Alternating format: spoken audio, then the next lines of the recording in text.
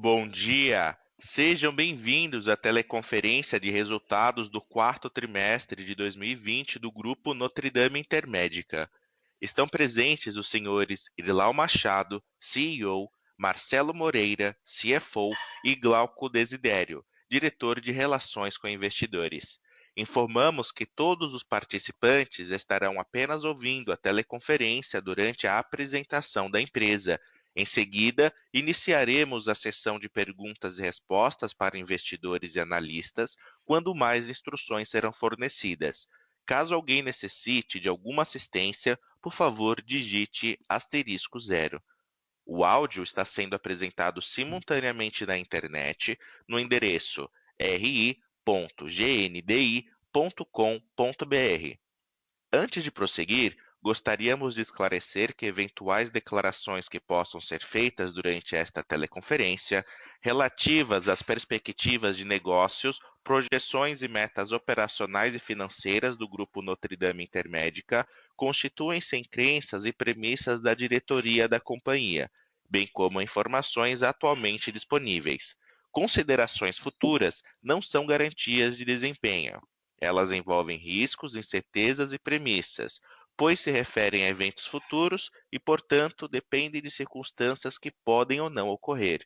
Investidores devem compreender que condições econômicas gerais, condições da indústria e outros fatores operacionais podem afetar o desempenho futuro da companhia e podem conduzir a resultados que diferem materialmente daqueles expressos em tais considerações futuras. Agora, gostaríamos de passar a palavra ao Sr. Irlau, que iniciará a apresentação.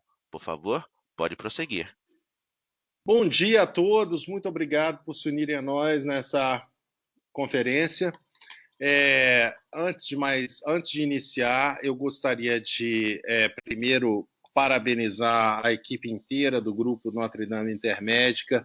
Nós temos uma confluência de talentos aqui especial, que apesar dos grandes desafios que sofremos ao longo do ano de 2020, assim como o resto do mundo, esse grupo conseguiu sobressair, buscar ser verdadeiros aos nossos valores e à nossa missão de oferecer serviço de qualidade aos nossos brasileiros a um preço acessível. Nós conseguimos, acho que, transpor, ou pelo menos fomos muito valentes, acredito eu, e heróicos nesse processo, e conseguimos um resultado bastante eu acho positivo para todos os nossos investidores, mas mais do que isso, conseguimos traduzir a nossa missão em real atendimento à nossa população. Me sinto orgulhoso de fazer parte dessa equipe maravilhosa que é o Grupo Notre Dame Intermédica, que hoje contempla quase 25 mil colaboradores. Com isso dito, esse é um resultado de equipe, passo então a falar um pouco a respeito dos resultados que nós obtivemos, não só no quarto trimestre, mas também no ano de 2020. Em primeiro lugar, acho que foi um ano muito positivo no que diz respeito a número de beneficiários, com um aumento de 22%, de 22,5% no quarto trimestre versus o quarto trimestre de 2019, com um beneficiário dental um pouco menor, mas na ordem de 5,6% também, um crescente, com uma receita líquida de 22,1% também crescendo, bastante em planos de saúde, com 26,1% de crescimento, ao passo que serviços hospitalares, por óbvio, em função até da redução de procedimentos eletivos que nós mesmos causamos por uma questão de responsabilidade interna, não só por determinação de terceiros, para a busca de espaço para os nossos beneficiários. E os planos dentais, uma queda pequena, em função até da nossa propositura de oferecer serviços combinados, né? O nosso sinistralidade caixa caindo de 71,4%, 3,4% desfavorável, frente ao mesmo quarter do ano passado, isso muito fruto do que aconteceu no quarto trimestre, que foi a confluência de um número muito relevante adicional de exames de Covid, pessoas fazendo múltiplos exames de Covid, também acoplado a cirurgias eletivas, muitas delas que nós particularmente consideramos que poderiam ser adiadas. Estamos negociando isso com os nossos beneficiários, não faz o menor sentido, num momento como esse, fazer cirurgias que poderiam ser tranquilamente adiadas por 2, 3, 4 semanas. O nosso G&A encaixa com uma diminuição, 7,6 para 0,7, a melhor, com 0,7% pontos percentuais melhor. Isso significa disciplina e, obviamente, a diluição em função das aquisições que fizemos. O EBITDA ajustado de 419 milhões, com 6,1% a melhor. Margem de 14,9%, um pouco desfavorável no quarto trimestre, mas em breve aqui já vou falar com vocês do que aconteceu durante o ano. Lucro líquido com 18,1% a melhor do que no ano anterior, e o lucro líquido ajustado 17,3%. Nós estamos com caixa líquido de 3,4 bilhões. Nós temos, em termos de commitment de caixa, zero frente à EBITDA. Mas gostaria de refletir um pouco sobre todo o ano de 2019. Este ano foi um ano onde nós conseguimos aí avançar em 26,2% o número de beneficiários médio da saúde. Isso não é o número ponta, tá? Então é só para vocês entenderem que o número ainda é maior. Os beneficiários de planos odontológicos também subindo 16,2% para 2 milhões e 576. Só lembrando a vocês, 5, 6 anos atrás, nós estávamos olhando para esses mesmos números, a 1,4 milhões aí em cima, na linha de beneficiários de saúde e 900 mil em beneficiários de odontologia. Então, realmente, uma expansão bastante representativa.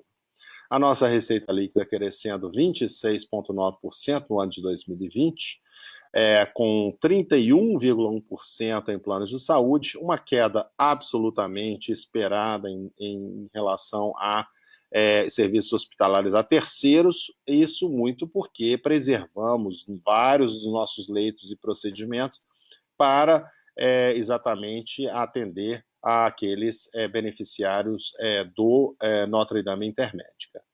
Também em planos dentais, com crescimento de 15,6%, também um número positivo. A sinistralidade de caixa caindo para o melhor nível da nossa história, 68,3%, apesar de um quarto trimestre bastante ácido, em função daqueles motivos que eu já divulguei aqui.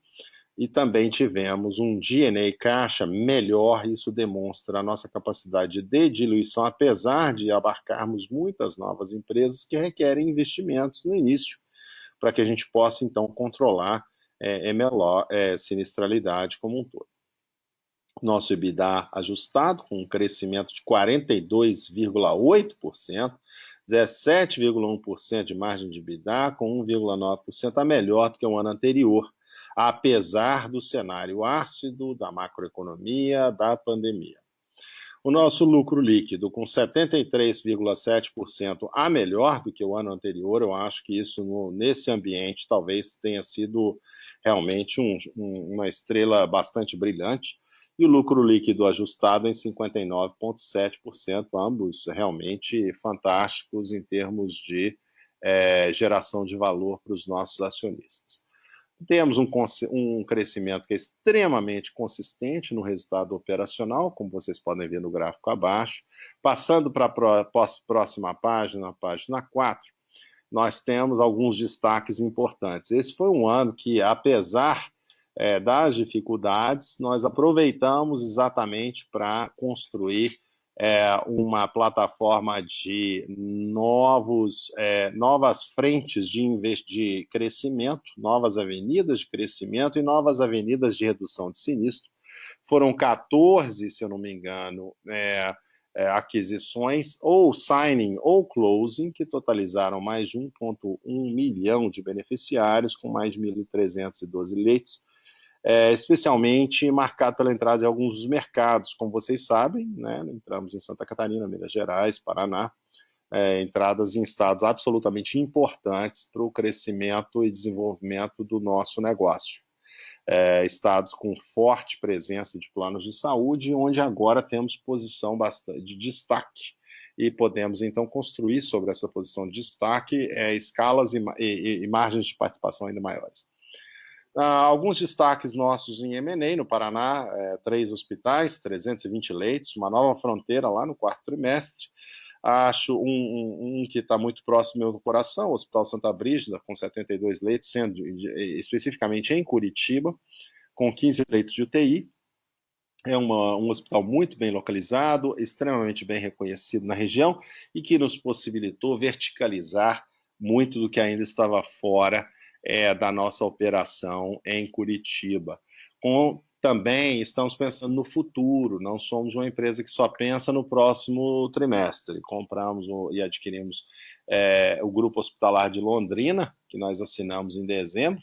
São 2 hospitais de alta complexidade, são 248 leitos, sendo 83 de UTI. Os 2 hospitais serão os pilares da nossa expansão em Londrina e região, e como vocês bem sabem, a segunda maior cidade do estado, com 573 mil habitantes e um polo comercial importante. Vejam pelas fotografias dessa mesma página onde estamos entrando. Alguns outros destaques operacionais de M&A em Minas Gerais, nós adquirimos 2 hospitais com 300 leitos na região metropolitana de Belo Horizonte. Fizemos a locação de longo prazo de um hospital do Complexo Santa Helena, né? Com 68 leitos, 110 de UTI, localizados em Contagem. Para aqueles que não conhecem a região metropolitana de Belo Horizonte, Contagem é quase como se fosse o conceito industrial de um ABC em São Paulo. Então, estamos muito bem posicionados. Também adquirimos o Life Center, que é um hospital de absoluto renome, um dos melhores da região metropolitana de Belo Horizonte, com 205 leitos, 140 de UTI. É um hospital de alta complexidade, que inclui cirurgias bariátricas, neurológicas, cardíacas, mas muito importante, sempre muito importante para nós, é exatamente a qualificação do hospital. Temos um certificado Joint Commission International e temos Zona 3 nessas instalações. A nossa posição lá, já tomamos controle, iniciamos o processo de internalização ou integração das instalações, e fomos absolutamente bem recebidos em Belo Horizonte. Lembrando a todos aqui, entre nós, sou mineiro e apaixonado pela capital, onde nasci, então tenho muito orgulho de estar participando, de contribuir para o engrandecimento dessas instalações que nós acabamos de adquirir na região metropolitana de Belo Horizonte. Alguns outros destaques: GNDI Sul. Como vocês sabem, nós temos agora uma filial dedicada à região sul do país, tivemos Novas Vidas, temos uma operação conjunta com a Interodonto na região, que elevou o número de beneficiários de planos odontológicos em 46%. Temos o Hospital Santa Brígida, que acabei de mencionar, mas que aumentou, então, o direcionamento de partos e UTI neonatal para 77,9% em relação a dezembro de 2020.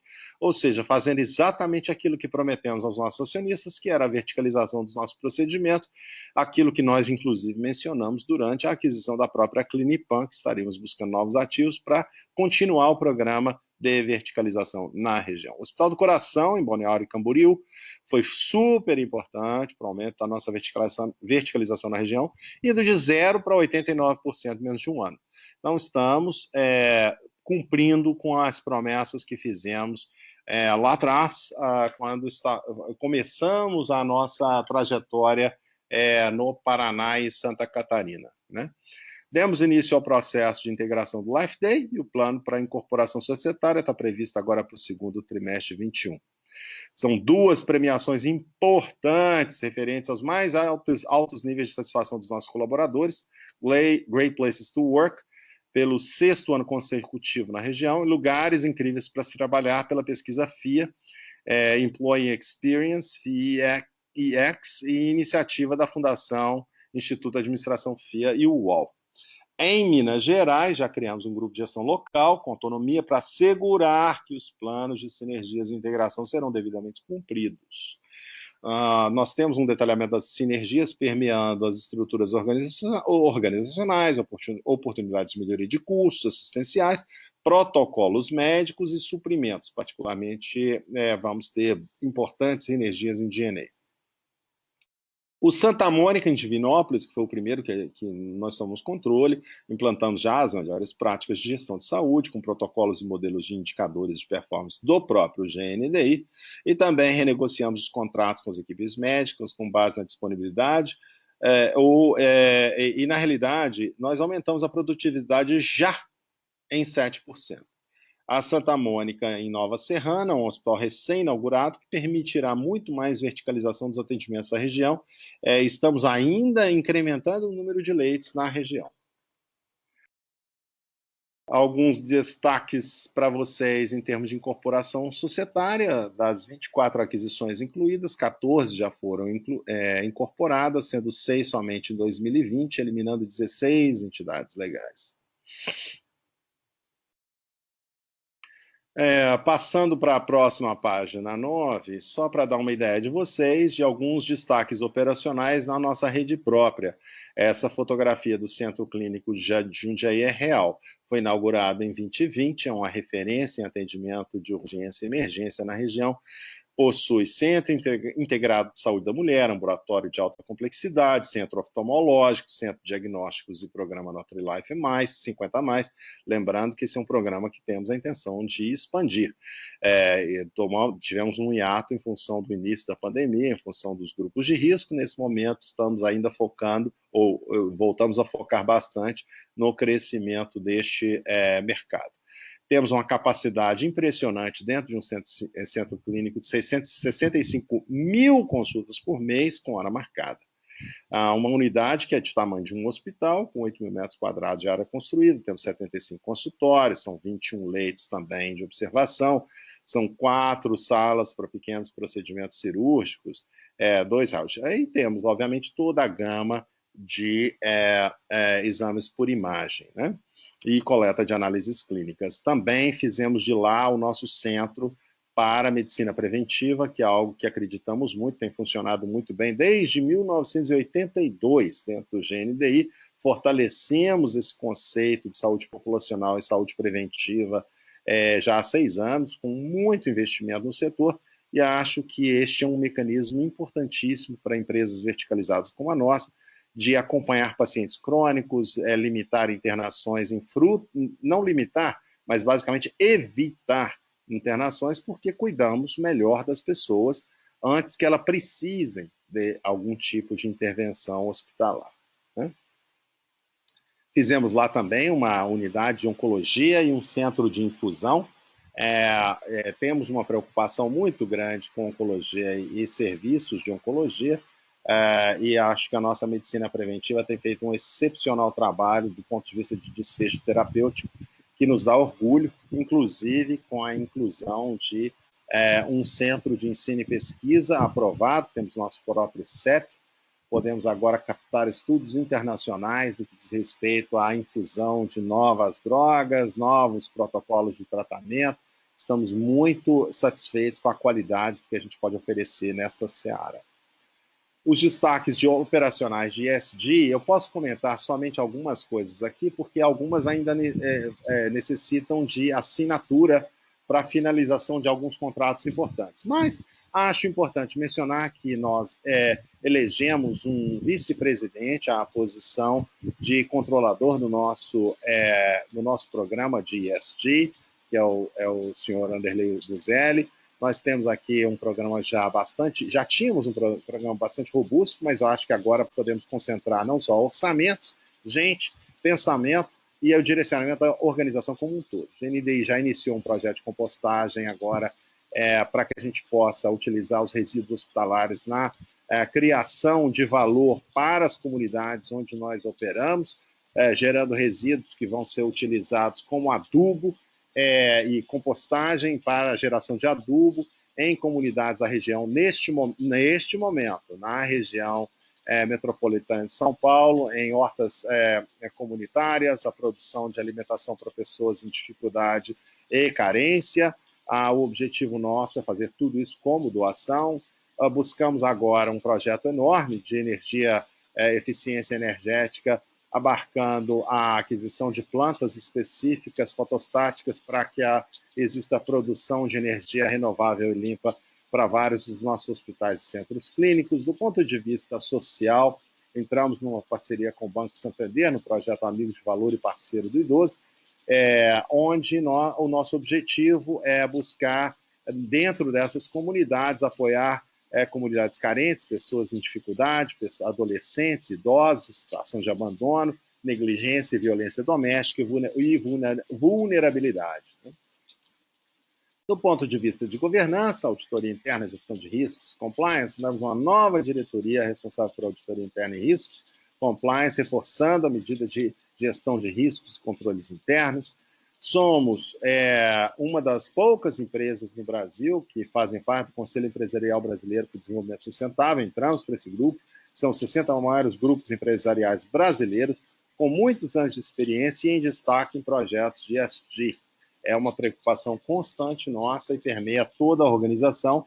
Isso nós já podemos contextualizar e entender através de pesquisas internas sobre a importância e o desejo dos nossos 25 mil colaboradores de participarem ativamente em projetos que gerem sustentabilidade ambiental, econômica e social. A nossa receita líquida, um crescimento robusto e consistente de beneficiários, ticket, receita da companhia, como vocês podem ver nesta próxima página, página 11, onde temos aí um crescimento ano contra ano aí de 26,9%, crescimento mesmo no quarto trimestre 22,1%, número médio de beneficiários crescendo drasticamente, 21,8% no ano, 14,8% no quarto trimestre, ticket médio mensal crescendo, apesar das dificuldades de ticket no Brasil, pelo menos acompanhando a nossa inflação. A receita de serviços hospitalares, como havia dito, bastante deprimida em função da nossa opção de reservar leitos e eliminar procedimentos, principalmente aqueles procedimentos eletivos que poderiam retirar leitos de UTI e leitos ambulatoriais, leitos de enfermaria de pacientes com Covid nesse momento. Movendo um pouco adiante, para um crescimento em um cenário econômico adverso, como vocês todos bem sabem. Ele aconteceu via M&A e também por crescimento orgânico, né? Então, eu acho que vale a pena dizer que saímos aí em setembro de 2020 com 3.695.000, passamos por M&A, um grupo de usuários de 46 mil, depois vendas orgânicas 164 mil. Tivemos basicamente um resultado final depois de cancelamentos normais, crescimento de PME, crescimento do individual e adesão e assim por diante. Passamos para alguns decréscimos, por óbvio, né? Aliás, vou me retratar. Nós tivemos perdas normais que acontecem com o PME, porque é natural que ocorra isso frente ao basicamente a expectativa de vida de PMEs dentro do setor, individual e adesão também um processo natural frente à pandemia e assim por diante. Mas surgimos com 4,2 milhões, quase 4,3 milhões de beneficiários, se nós observarmos ainda mais as recentes aquisições que fizemos, né? A evolução do número de beneficiários de plano de saúde, portanto, é essa abaixo. O crescimento fizemos em um cenário econômico ainda muito adverso. Tivemos algumas empresas que nós trouxemos que tinham um ticket menor e, portanto, teve impacto sobre o nosso ticket, mas, ainda assim, obtivemos um crescimento de ticket na ordem de 3% nesse período. 3,8%. Sinistralidade caixa, eu acho que isso é um orgulho para todos nós que viemos aí. Se esse número fosse avançado lá para trás, ia ser muito maior do ponto de vista CAGR, a redução que obtivemos, mas nos vemos agora numa situação de 68,3 e ainda caindo, né? A sinistralidade, 2 pontos a melhor do que 19. O quarto trimestre foi impactado pela segunda onda de Covid, como eu acabei de mencionar, ocorrendo simultaneamente ao retorno da rotina, os procedimentos eletivos, a falta de distanciamento social, mais novas cepas que aconteceram e assim por diante. Apesar disso, conseguimos controlar drasticamente o MLR, com a queda, uma piora no quarto trimestre pequena, frente ao que poderia ser, se não estivéssemos preparados, mas para o ano com 2,2% melhor do que o ano anterior. Né? No quarto trimestre de 20, os indicadores de verticalização de HMO, internalização hospitalar e consultas ambulatoriais, permaneceram estáveis contra o terceiro trimestre de 2020, embora os volumes totais de internação e consultas aumentaram em 9,2% e 12,3%, respectivamente. A telemedicina foi uma importante ferramenta, com aumento de verticalização das consultas ambulatoriais dentro da rede própria, atingindo 76% no quarto trimestre. Só lembrando que tivemos o maior volume, que eu saiba, de consultas via telemedicina no país. Chegamos esse último mês a quase 800 mil, ou mais de 800 mil consultas feitas através de telemedicina. A sinistralidade de caixa dental passou de 35,2% no quarto trimestre para 31%, uma melhora, refletindo isso sim, refletindo a redução de utilização no serviço durante a pandemia. Nada que a gente espere que será eterno, mas foi um bom auxílio durante um período complexo. Né? O G&A, caixa e despesas comerciais, eu já gostaria agora de convidar meu parceiro e colega, CFO da empresa, o nosso querido Marcelo, para começar a comentar com vocês alguns dos resultados em termos de G&A, despesas e também o assunto dos resultados finais da empresa. Por gentileza, Marcelo. Ok, irmão. Obrigado. Bom dia a todos. Então, no slide 15, comentando um pouco sobre a evolução do G&A, ao longo do ano de 2020, a gente alcançou o percentual de 8,7%, então uma diluição com relação aos anos anteriores, e quando a gente olha esse comportamento ao longo dos quarters, né, a gente percebe que especialmente o último quarter foi muito positivo, onde a gente alcançou aí o G&A na casa de 7,6%. Foi muito importante essa diluição que houve, né? E ela aconteceu não apenas como percentagem da receita, mas ela aconteceu também até em termos nominais, né? E aí o motivo disso é que a gente conseguiu, felizmente, aí, integrar as empresas adquiridas, trouxemos para dentro. Esse ano foi um ano onde fizemos muitas incorporações de empresas, então esses CNPJs deixaram de existir, e por conta disso aí a gente conseguiu ter esse ganho, né? Não obstante o aumento que a gente observou na PDD. O aumento não foi grande. Se a gente olhar aí no terceiro e quarto trimestre, ele ficou em torno de 1,0% da receita, né? Historicamente, a gente tem esse número aí em torno de 0,6%, né? Então, é uma situação que ele aumentou, mas, porém, está dentro do contexto macroeconômico brasileiro, né? E aí, por conta desse crescimento de receita, diluição de EBITDA, diluição de sinistralidade caixa e G&A caixa, é que a gente alcançou aí nosso EBITDA de 1,8 bilhão no ano de 2020, é um crescimento de 43% no ano, atingindo uma margem de 17%, né? É um número extremamente robusto, extremamente saudável, olhando para o histórico da nossa companhia, é o maior EBITDA da nossa história, né?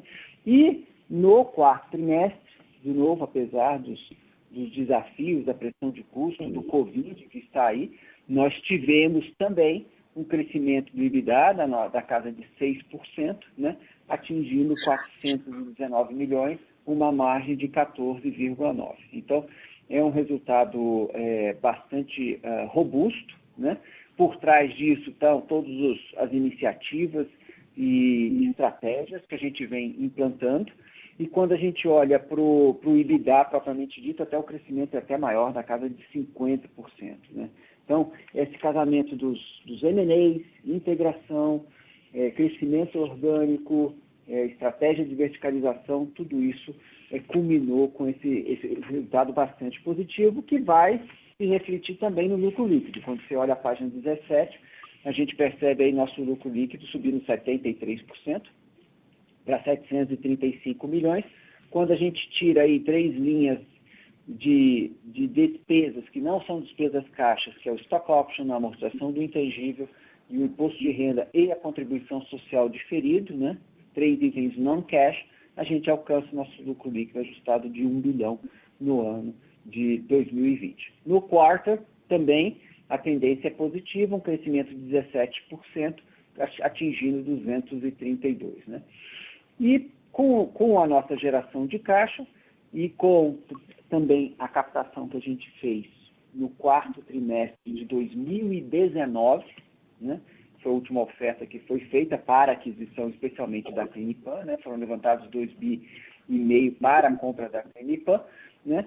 A gente conseguiu financiar aí todos esses M&As que estão descritos aqui na página e, além disso, investir 283 milhões na nossa rede própria, em especial hospitais, abertura dos ERs, né, dos nossos pronto-socorros autônomos, né, que o Irmão mostrou aí, Jundiaí, Santo André, belas instalações para os nossos pacientes, né, e também investimentos na tecnologia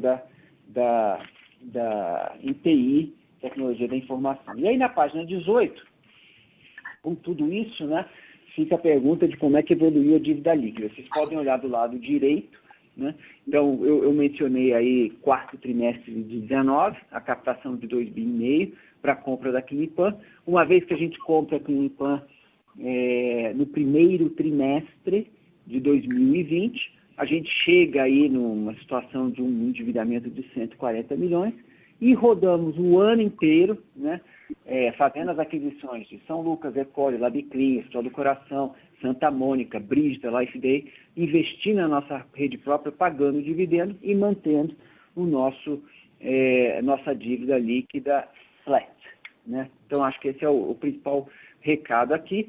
E do ponto de vista da nossa estrutura de dívida, em que a gente aproveitou, né? 2020 foi um ano, foram 12 meses onde você teve vários anos, né? Anos difíceis, começaram anos normais, depois anos com muita incerteza, depois anos até de uma euforia, de uma tendência de um retorno à normalidade, e a gente, como empresa, soube navegar esses momentos de altos e baixos, e tanto no terceiro trimestre quanto no quarto trimestre, nós emitimos 2 debêntures, uma de 750 milhões, outra de 700 milhões, justamente para a gente alongar o perfil da nossa dívida, né? E também para criar um colchão de caixa, especialmente para algumas aquisições maiores que estão para serem concluídas, notadamente MedSanitas, que é um player grande na região metropolitana de Belo Horizonte, que em breve a gente deve estar fechando, né? Desde o começo do ano, a gente já fechou o hospital, fechou a transação, né? Concluiu a transação do Hospital Life Center, concluímos Poços de Caldas em março e agora obtivemos aí a aprovação tanto dos hospitais de Londrina como também do Biosaúde em São Paulo. Obtivemos a última autorização que estava faltando, que era do CAD, e estamos aí então caminhando para o fechamento numa continuidade da nossa estratégia que a gente vem fazendo aí de uma forma tão disciplinada, né? E aí, finalmente, no slide 19, a gente não poderia deixar de comentar, né, a combinação de negócios entre o Grupo Notre Dame Intermédica e a Vida, né? Esse business já foi bastante divulgado, né? Foi até objeto de call já com os investidores. Eu só queria reforçar, né, que nós passamos aí os últimos 35 minutos falando das nossas estratégias, das nossas iniciativas, da nossa rede própria, de todas as perspectivas positivas que a gente tem, né? E eu queria reforçar que toda a condução dessas tratativas, né, de juntar essas duas empresas, ela teve uma primeira premissa muito grande, que foi manter, né, a continuidade do processo de criação de valor de cada uma das empresas. A Apivida tem a sua estratégia de criação de valor, muito similar à nossa. Nós temos iniciativas e trabalhos muito fortes a serem feitos, então, assim como eles têm, nós também temos e nós vamos preservar isso. E o mérito principal desta transação, dessa combinação de negócio, é colocar on top of, né, além de tudo que está acontecendo, né, criar aí valor através de estratégias comerciais nacionais, através de sinergias nas nossas operações, sinergias em D&A que são óbvias, em procurement que são óbvias, mas também sinergias de certas atividades que a gente faz, por exemplo, né, toda a parte de laboratório, a parte de exames, diagnósticos. Nós estamos falando aqui realmente da criação provavelmente do terceiro maior player de medicina diagnóstica do país, né? Então, acho que tem um valor, né? Está intrínseco dentro das nossas empresas e vamos continuar investindo nisso, né? E, finalmente, também tem méritos fiscais também através do goodwill, né? Então, acho que esse é o principal recado, on top of, né? Manter tudo que a gente está fazendo, nosso dia a dia aqui continua bastante ativo, com muitas iniciativas, com muitas estratégias, e estamos aí esperando a Assembleia que vai acontecer no dia 29, para poder aí dar os próximos passos nessa junção e combinação de negócio entre as duas empresas. Muito obrigado, era isso que a gente tinha preparado aqui para esse momento inicial.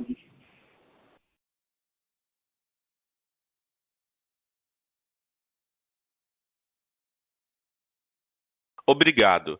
Iniciaremos agora a sessão de perguntas e respostas. Para fazer uma pergunta, por favor, digitem *1. A nossa primeira pergunta vem de Fred Mendes, do Bradesco BBI. Pode prosseguir, por favor. Bom dia a todos. Bom dia a todos. Obrigado pelo call. Tenho duas perguntas aqui na mesma linha. A primeira delas, acho que, enfim, as adições brutas nesse TRI não é que vieram ruins de forma alguma, mas vieram abaixo, né, do que a gente vinha vendo aí nos outros TRIs, inclusive o segundo TRI, que teoricamente foi mais impactado aí pelo Covid. Então, só queria entender se vocês estão vendo uma competição maior nessa frente, eventualmente outros players viram uma redução no MLR e decidiram transferir essa redução para preço, e agora está um pouco mais difícil, essa seria a primeira.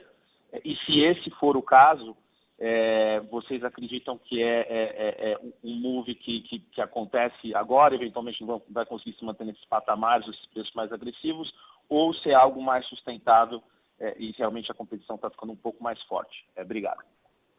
Eu acho que existe vamos dizer, este mercado, eu brinco, eu falo, não é para amadores. Então, se as pessoas achavam que um segundo trimestre de 2020 seria representativo de uma nova onda, de uma nova realidade em termos de sinistralidade, e que poderiam passar isso a preço, isso é um ledo engano. A gente já viu isso acontecer no passado várias vezes, vários ciclos de o que eu chamo de pobre subscrição. Ou seja, são aqueles com afã de gerarem números para reportar para suas matrizes, querendo buscar volume. Nós não tomamos essa posição, nunca tomamos e não tomaremos, porque não é sustentável. Então, e nós já vimos exemplos, e vocês, analistas, já viram exemplos disso ao longo dos anos. Grandes clientes saem um ano, voltam no ano seguinte, porque não é sustentável. Nós oferecemos o preço sustentável, nós queremos fazer que aquele preço seja o correto e de longo prazo, para que exista um equilíbrio entre as forças. Não vejo nesse momento, esse é um momento também bastante atípico, porque como houve todo um assunto de não passar reajuste, legisladores se envolvendo nisso, isso houve também um ruído, onde as pessoas esperam para saber o que acontecerá.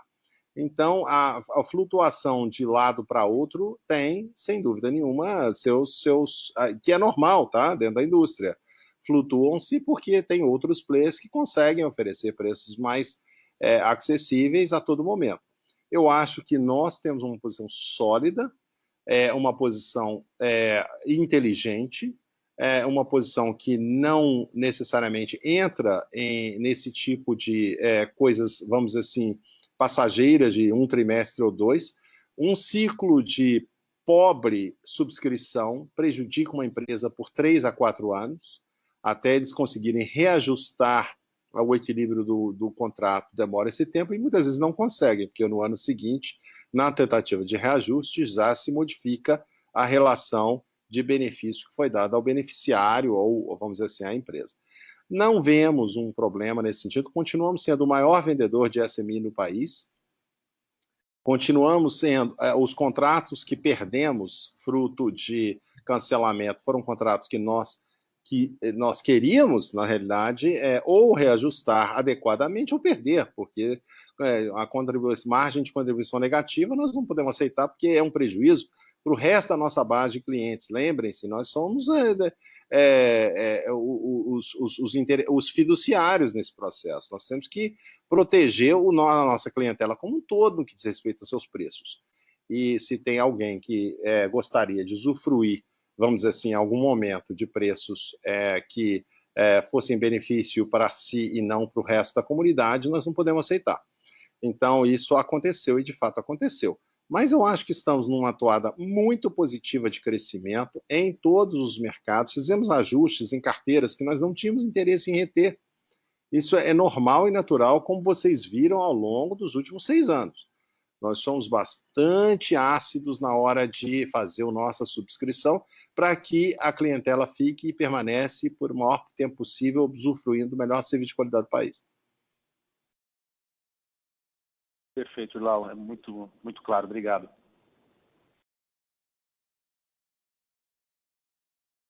A nossa próxima pergunta vem de Joseph Giordano, JP Morgan.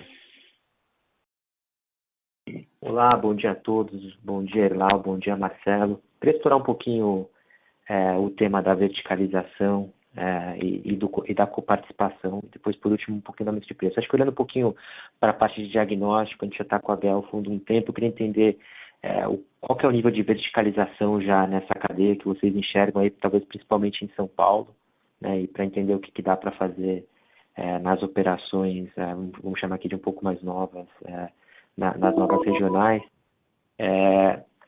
Olhando também um pouquinho para a telemedicina, a gente vê um crescimento bastante expressivo, óbvio, muito puxado pela pandemia, mas eu queria entender como é que vocês estão avançando num, entre aspas, conceito de gatekeeper, com a telemedicina, ajudando a alavancar mais, talvez, as clínicas e serviços mais primários. Tá? E aí, por último, como é que vocês estão vendo, de fato, o ambiente de aumento de preço, né, daqui para frente? Entendo que vocês têm algum ganho relevante de verticalização, óbvio que um pedaço disso a pandemia atrapalha na visibilidade que a gente tem, mas eu queria entender o que seria, talvez, um repasse mais estrutural de preço daqui para frente. Entendo que talvez tenha um espaço para dar uma semi-reinvestida de sinistralidade em crescimento aqui. Obrigado. Joseph, bom dia.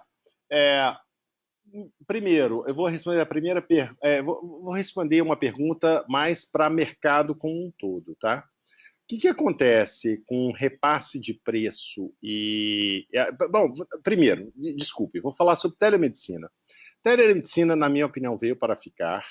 É um mecanismo extremamente eficiente de condução de consultas à distância para pacientes que talvez não precisassem de fato estar presentes num centro clínico ou num pronto-socorro, inclusive porque esses locais, por mais que façamos os nossos esforços coletivos, e eu digo isso em nível Brasil ou em nível mundial, para a redução de risco de contaminação, são ambientes ácidos, são ambientes não estéreis, são ambientes de risco. Então, quanto menos pessoas forem e puderem ser atendidas via videoconferência, telefonia, etc., melhor para todos, porque reserva um espaço para aqueles que, de fato, precisam de um atendimento presencial urgente. Nós atingimos não só foi uma questão de pandemia, mas também de qualificação técnica e tecnológica das nossas facilidades de telemedicina. Eu acho que isso teve um impacto importante, até de instrução. As pessoas precisam se aculturar de como entram no computador ou como entram no seu smartphone, como chegam lá e como são atendidos, e no horário que são atendidos e como são atendidos. Isso tudo teve um período de aprendizado e foi um aprendizado, vamos dizer assim, expresso, onde todo mundo teve que aprender. Nós tivemos que aprender, o usuário teve que aprender, todo mundo teve que aprender a toque de caixa. E eu acho que vai ficar, até porque mecanismos de diagnóstico e de anamnese cada vez mais se fortalecem através de devices, por parte de startups, por parte de novas tecnologias que estão sendo introduzidas no mercado.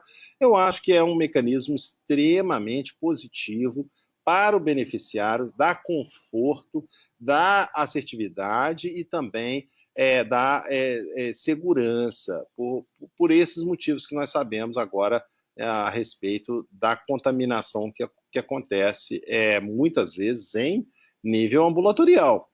Então, eu acho muito positivo. Segundo, a questão de precificação e preço. Olha, eu falo o seguinte, eu quero dar uma boa notícia e uma má notícia. Deixa eu dar a má notícia primeiro, depois eu dou a boa notícia, se vocês me permitirem. A má notícia é que é o seguinte, que infelizmente, essa pandemia não está no seu fim. Não sei se chegou ao pico. Não acho que temos ainda a solução pelos próximos meses. Acho, inclusive, do ponto de vista de indústria no Brasil, teremos muitas dificuldades pela frente. Por que isso? Por uma confluência de fatores que aconteceram ao longo dos últimos 6 meses, a saber, órgãos de defesa do consumidor querendo multar organizações de saúde e operadoras em função de reajuste de preço, ou ações civis públicas nesse sentido, ou querendo multar pelo uso da própria telemedicina, que é um grande fator de redução de infecção. Temos, concomitantemente com isso, a aprovação de um novo rol obrigatório de atendimento à saúde, na ordem de 60 e tantos procedimentos, que agora fazem parte do rol que é obrigatório de cobertura por parte dos operadores. Tivemos um movimento onde todos os exames de Covid terão e são obrigatoriamente tendo que ser cobertos por planos de saúde. Pessoas não fazem um teste, pessoas fazem vários testes. Vou na casa dos meus pais para Natal, quero fazer um exame antes. Vou passar o Réveillon não sei aonde, depois do Réveillon, agora eu quero fazer um exame, porque senão eu não quero voltar para casa para encontrar meus filhos. Agora eu vou viajar, então tenho que fazer um outro teste. Quando eu volto à viagem, quero fazer outro teste. Então, tudo isso tem um impacto econômico sobre o setor de saúde no Brasil, sobre a indústria como um todo. Concomitantemente com isso, eu vejo coisas que me assustam. Não são todos, mas são poucos, mas são representativos.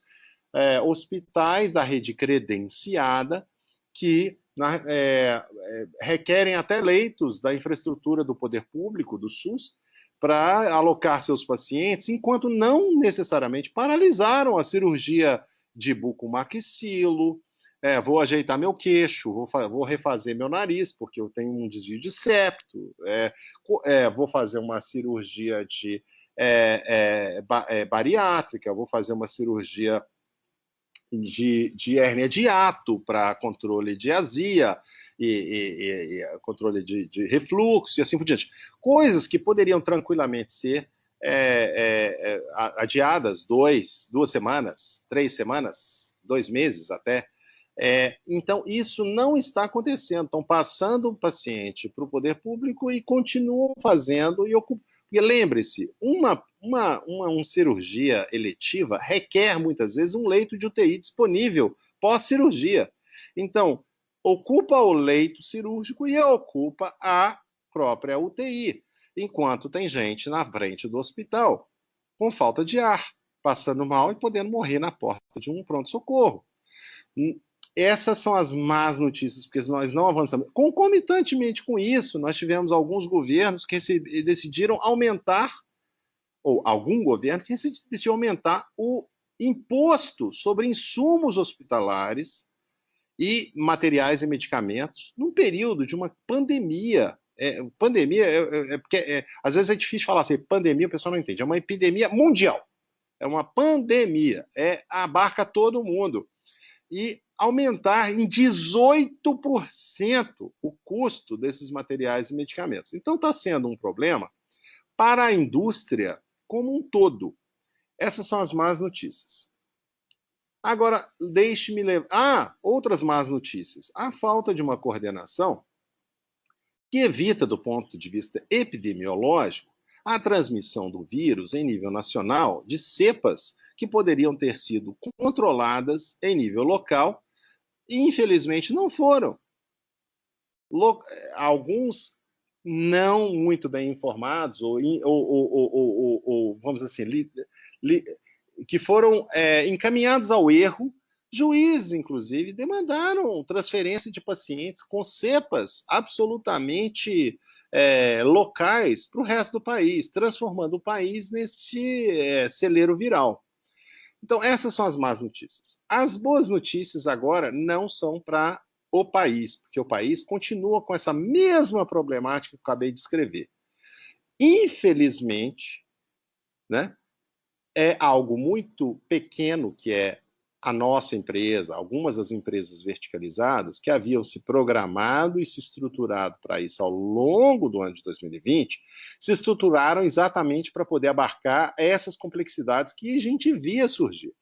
Então, com a compra de insumos, nós, por exemplo, criamos 320 leitos adicionais de UTI para poder oferecer aos nossos beneficiários esse conforto de ter à sua disposição esses leitos. Nós controlamos, desde um certo, vamos dizer assim, certo tempo, indicações, solicitações, informação a pacientes e médicos a respeito da necessidade de reservar leitos de UTI e leitos críticos para exatamente aqueles pacientes que hoje sofrem mais, que são fruto da pandemia. Eu acho que nós nos estruturamos muito bem do ponto de vista de disponibilidade de leitos, de médicos, de infraestrutura hoteleira, de infraestrutura de enfermagem. Então, desse ponto de vista, a má notícia é para a indústria, e eu falo agora não só, não é com glamour de ter me preparado para isso, nós não termos preparado para isso, não. Eu falo com uma certa ansiedade pelo nosso país, porque tem muita empresa menor que não vai aguentar a falta de escala para diluir seus riscos, ou diluir seus gastos administrativos, ou diluir até problemas de imagem referentes à insuficiência de leitos, e que muitas delas fecharam portas. Para onde vão muitos desses pacientes? Por óbvio, virão para nós, para a Apivida, para empresas verticalizadas que têm um controle maior sobre custos e serviços. Provavelmente. Essa é uma opinião e é qualitativa, por gentileza. Mas eu não acho que isso seja bom para o país. Eu acho que nós temos que nos concentrar agora, com todos os cidadãos, imaginar o que a gente pode fazer agora, né? Pelos nossos cidadãos. Nós estamos fazendo a nossa parte, nós gostaríamos muito que o resto do país fizesse a mesma.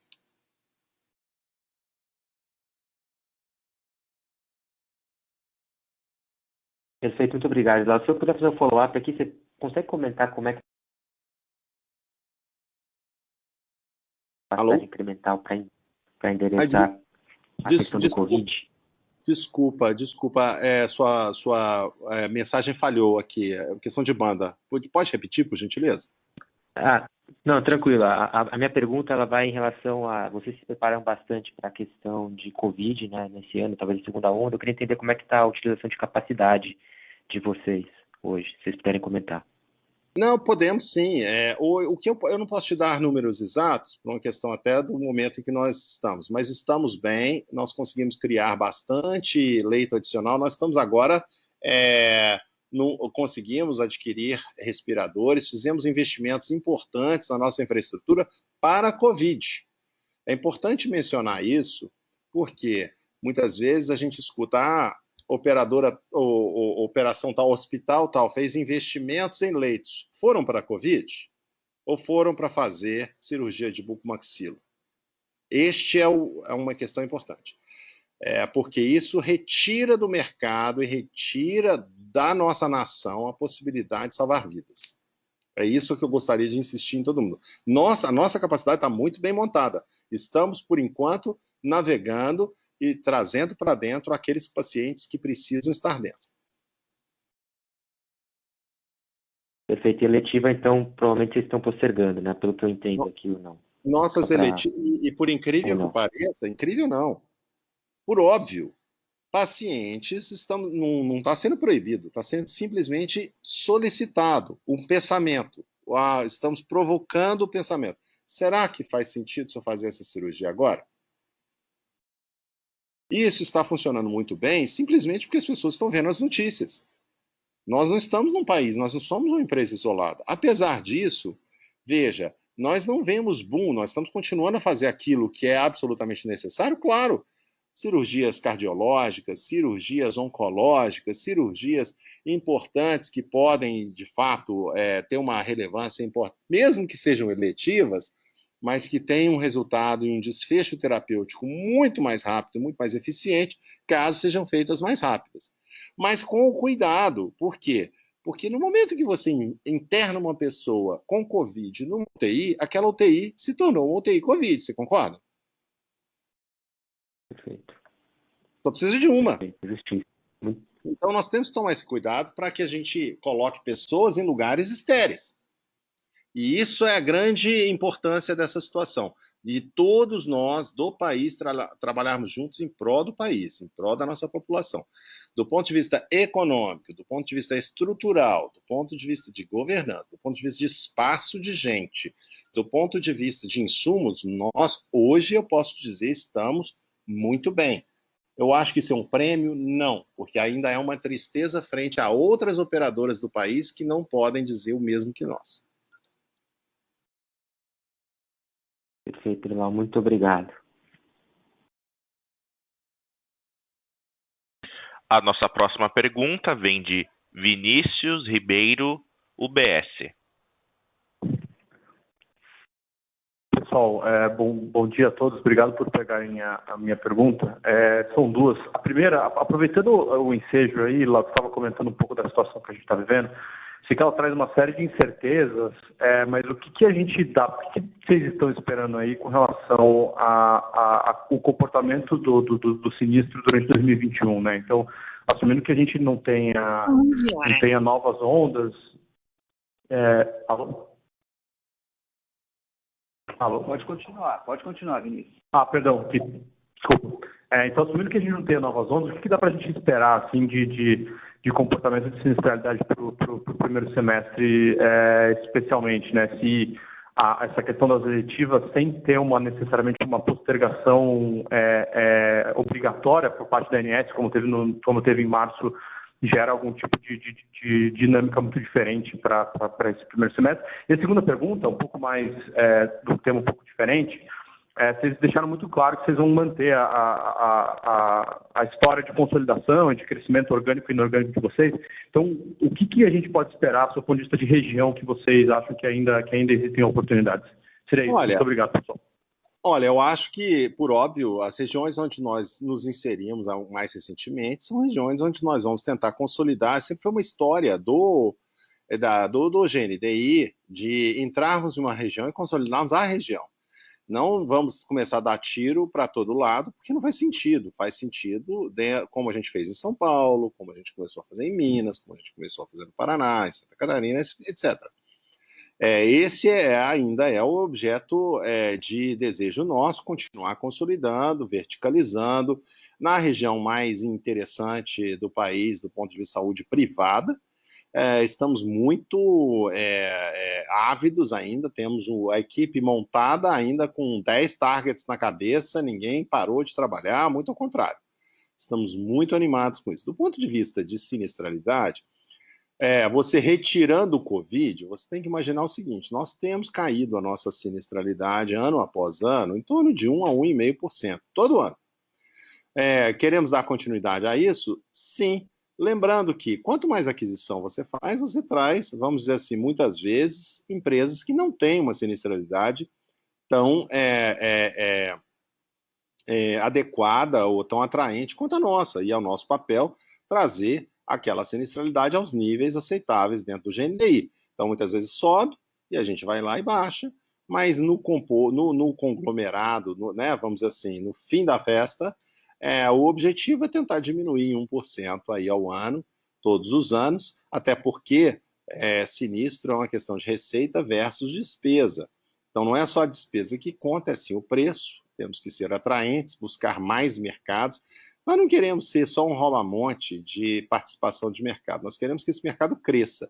E a forma desse mercado crescer é, obviamente, oferecer preços cada vez mais condizentes com a realidade da população brasileira. Obrigado, Gilal. Só para ver se eu entendi. Então, assim, a ideia de vocês é que vocês, mesmo que haja uma pressão no sinistro por conta, enfim, de novas ondas, seja lá o que for, vocês têm ferramentas internas que conseguem manter essa tendência de queda de sinistralidade sem grandes problemas. Olha, não quero dizer isso não. Eu quero dizer o seguinte, até porque ninguém sabe qual é o grau que nós vamos atingir nessa pandemia, eu não poderia te prometer isso. O que eu posso te prometer é que nós fazemos todo um trabalho ao início de ano de busca de iniciativas de redução de sinistralidade, às vezes. E essa redução tem tido, ao longo dos últimos 6 anos, um resultado positivo na ordem de 1 a 1,5% ao ano. Vamos ver, nós estamos fazendo todo um trabalho para exatamente mitigar os impactos de Covid dentro da nossa estrutura, mas, por óbvio, nós não sabemos aonde e qual o limite que essa crise chegará. Todo mundo que prescreveu alguma coisa, ou descreveu alguma coisa futura desde janeiro de 2020, errou. Então, nós não podemos te prometer isso. O que a gente pode prometer é o seguinte, que todas as iniciativas que nós temos de redução de sinistro têm tido, mesmo durante um ano ácido, como foi 2020, um impacto extremamente positivo. Nós temos outras 70 iniciativas esse ano, com a busca de redução de sinistralidade e acomodação da nova realidade do mercado, que inclui Covid. Agora, onde vamos chegar com Covid não depende somente de Notre Dame Intermédica, depende também do poder público, depende do judiciário, depende dos órgãos reguladores, depende da honestidade da rede credenciada e assim por diante. Perfeito, Glauco. É isso. Muito obrigado pelas respostas. A próxima pergunta vem de Maurício Cepeda, Credit Suisse. João, Marcelo, bom dia, obrigado pelo espaço. Eu vou voltar para o tema que o Fred perguntou no começo, perguntar numa outra perspectiva, né? Vocês têm tido, historicamente, um crescimento orgânico que ele é menor do que o inorgânico, né? E, apesar de vocês terem uma proposta de valor bem interessante, né? Como de fato, um plano de maior controle e potencialmente você pode, né, criar ofertas comerciais mais atrativas. Quais são os planos de vocês em termos comerciais para conseguir expandir mais essas regiões onde vocês estão presentes, né? Eu entendo que você já citou que a própria movimento inorgânico deve continuar nessas regiões, mas a parte comercial, o que vocês estão pensando em conseguir novas carteiras, novos clientes? Obrigado. Olha, primeiro eu acho que é importante mencionar a nossa grande oportunidade de cross-selling nas regiões onde nós entramos recentemente. Muitas dessas regiões eram regiões... Por que nós entramos nessas regiões? Porque recebíamos solicitação de cotações nessas regiões onde não poderíamos oferecer algo competitivo simplesmente porque não tínhamos uma rede própria operando dentro do nosso modelo de atuação. Por óbvio, agora, com infraestrutura local, nós podemos gerar essas propostas de forma muito mais agressiva, então temos um potencial, eu digo assim, clientes que já são clientes Notre Dame Intermédica, mas que as vidas dessas empresas nestas regiões nós não abarcávamos. É por óbvio, uma nova e imediata proposta, sem dúvida nenhuma. Agora temos preço, temos competitividade para oferecer. Segundo, a escala nesse negócio é absolutamente importante, porque, vou dar um exemplo, só exemplo de exames de imagem, você tem uma central de geração de laudos, é muito mais eficiente do ponto de vista econômico e de qualidade, porque aí você consegue separar aqueles que só fazem ombro, aqueles que só fazem pulmão, aqueles que só fazem cérebro, aqueles que só fazem. Você tem volume e escala suficiente para melhorar a qualidade e eliminar custos locais indevidos, simplesmente por ter a escala. Isso gera valor em termos de preço e, por óbvio, gera oportunidade comercial. Segundo, eu acho que nós temos, se você for ver a evolução comercial orgânica do país, você vai nos encontrar lá top 1, top 2, provavelmente top 1, tá? Então, estamos frente ao resto do mercado que também estava tentando buscar uma agressividade comercial, muitas vezes até sem a condição de preço e de custo necessária para oferecer o preço. Então, eu vejo a gente com oportunidades enormes ainda em termos de crescimento orgânico. Continuamos nessa toada. Agora, tivemos um ano atípico, que foi o ano de 2020, onde você teve mexida em interferências do Estado em termos de precificação, interferências várias de todos os naturezas. Não vou enumerar todas, porque vocês mesmos conhecem. Mas que foi um ano atípico, mas ainda assim, mesmo no ano atípico, conseguimos crescer organicamente, dramaticamente, para aquele período.